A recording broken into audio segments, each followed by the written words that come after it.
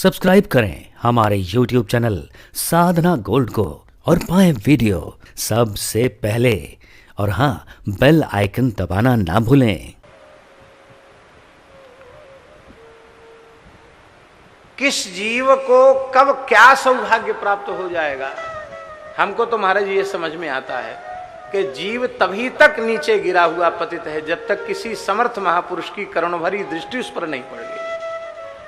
जब किसी समर्थ महापुरुष की करुणा भरी दृष्टि पड़ जाएगी, वहां से उसका पतन नहीं, वहीं से उसका उत्थान आरंभ हो जाएगा।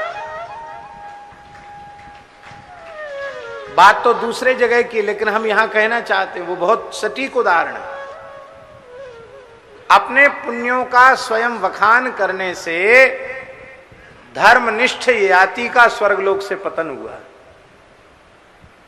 तो गिरते गिरते उन्होंने देवराज इंद्र से कहा कि आप दया करो हमारे ऊपर, मैं गिर रहा हूं। बोले तो गिराने के लिए तो तुमको ये सब पूछा गया, तो तुमने अपने पुण्यों का वर्णन किया, तुम्हारे पुण्य नष्ट हुए, जाओ धरती पर। बोले हम पर थोड़ी करुणा तो करो। बोले एक कोई वरदान मांग सकते हो।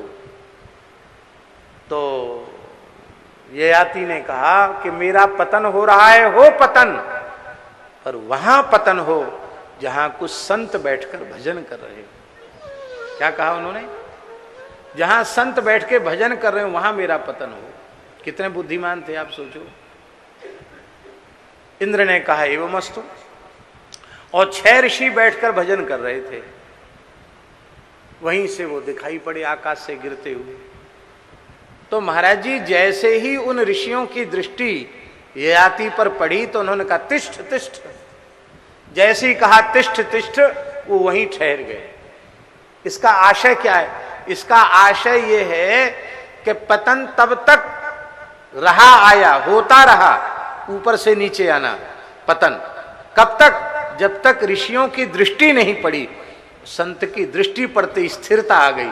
अब पतन नहीं, अब तो उत्थान होना है।